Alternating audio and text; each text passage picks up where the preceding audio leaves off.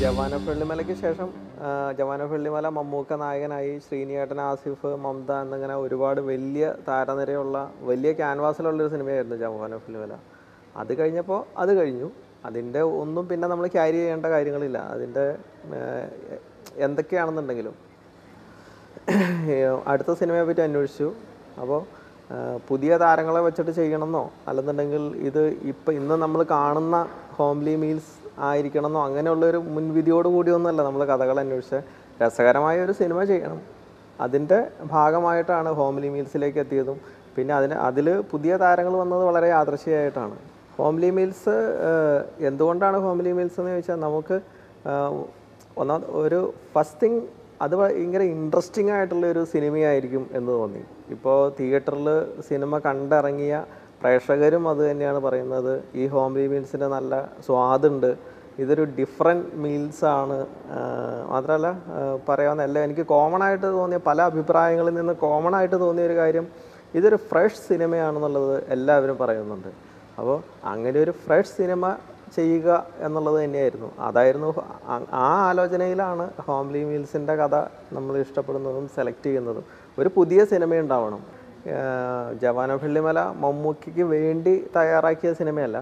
ആ സിനിമയുടെ കഥ എല്ലാം റെഡിയായി കഴിഞ്ഞപ്പോൾ അതിൻ്റെ അകത്തുള്ള ഗോപികൃഷ്ണൻ ഭയങ്കര ഇല്യൂഷനും കാര്യങ്ങളും ഉള്ള ഒരു ഡാം പോലെയുള്ള ഒരു ഭയങ്കര ഒരു ഹോണ്ടിങ് സ്ഥലത്ത് ഒറ്റപ്പെട്ട് അയാളുടേതായിട്ടുള്ള നിഗൂഢതയിൽ ജീവിക്കുന്ന ഒരാൾ. അപ്പോൾ അതിന് മമ്മൂക്കയായിരിക്കും ഏറ്റവും ആപ്റ്റെന്ന് ഞങ്ങളുടെ ഡിസ്കഷനിൽ വന്നപ്പോഴാണ് മമ്മൂക്ക സമീപിക്കുന്നതും അദ്ദേഹത്തോട് കഥ പറയുന്നതും അദ്ദേഹം ആ ചിത്രം ചെയ്യാമെന്ന് തീരുമാനിക്കുന്നതും. ഹോംലി മീൽസിൽ വിപിൻ ആറ്റ്ലി നായകനാവുന്നത് വളരെ യാദൃശ്യമാണ്. നമ്മൾ സാധാരണ ചെയ്യുന്ന പോലെ സിനിമയുടെ ഒരു ഫസ്റ്റ് ഡ്രാഫ്റ്റായി കഴിയുമ്പോൾ ഇതിനകത്ത് ആരാണ് ഏറ്റവും ആപ്റ്റാകുന്നത് എന്നുള്ള നിലയ്ക്ക് നമുക്ക് നമ്മുടെ നിലവിലുള്ള നായകന്മാരുടെയൊക്കെ ഒരു മാസ്ക് എടുത്ത് നമ്മുടെ ക്യാരക്ടറിന് വച്ച് നോക്കി. അപ്പോൾ അതിനകത്ത് ഒരു കാര്യം എന്താണെന്ന് വെച്ച് കഴിഞ്ഞാൽ, ഈ ക്യാരക്ടർ കുറച്ച് റോയാണ്. ഈ വിപിൻ ആറ്റ്ലി ഹോംലി മീൽസിലെ പ്രധാന ക്യാരക്ടറായിട്ടുള്ള അലൻ കുറച്ച് റോ നേച്ചറുള്ളതാണ്. അലൻ്റെ പശ്ചാത്തലം എല്ലാം.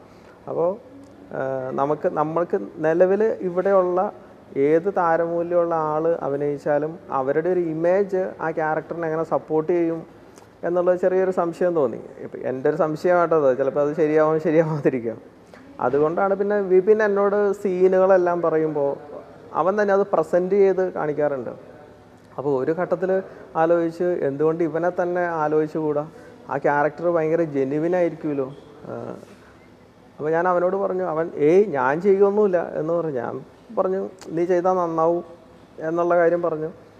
അവന് കോൺഫിഡൻസ് ഉണ്ടായി. പിന്നെ അതിനുശേഷം ഇവനെ നായകനാക്കി ഇവനാണ് പ്രധാന ക്യാരക്ടർ എന്ന് പറയുമ്പോൾ ബാക്കിയുള്ള ആളുകൾ എന്ത് പറയും, ഇതാണ് എൻ്റെ നായകൻ എന്ന് പറയുമ്പോൾ ഇവനോ എന്ന് ചോദിക്കുമല്ലോ. ആ ചോദ്യം ആദ്യമേ തൊട്ടേ ഉണ്ടായിരുന്നു ഓരോ ഘട്ടങ്ങളിലും. ഇപ്പോൾ ആദ്യം പ്രൊഡ്യൂസേഴ്സ് കൺവിൻസ്ഡായി, പിന്നെ ചുറ്റുമുള്ള ആർട്ടിസ്റ്റ് അഭിനയിക്കാൻ വന്നപ്പോഴുള്ള ആർട്ടിസ്റ്റുകൾക്ക് കൺഫ്യൂഷൻ ഉണ്ടായി, ഇപ്പം ചെയ്യുമോ. പക്ഷേ ഓരോ ഘട്ടത്തിലും അവൻ്റെ ടാലൻസ് തെളിയിച്ചുകൊണ്ടിരുന്നു. ഇപ്പോൾ end of the day cinema തിയേറ്ററിൽ എത്തിക്കഴിഞ്ഞു. വിപിൻ ആറ്റ്ലി എന്ന് പറയുന്ന നായകനെയും സ്ക്രിപ്റ്റ് റൈറ്ററെയും പ്രേക്ഷകർ അംഗീകരിച്ചു എന്നുള്ളതിൻ്റെ ഏറ്റവും വലിയ തെളിവാണ് ഹോംലി മീൽസിന് കിട്ടുന്ന ഏറ്റവും നല്ല പ്രതികരണം.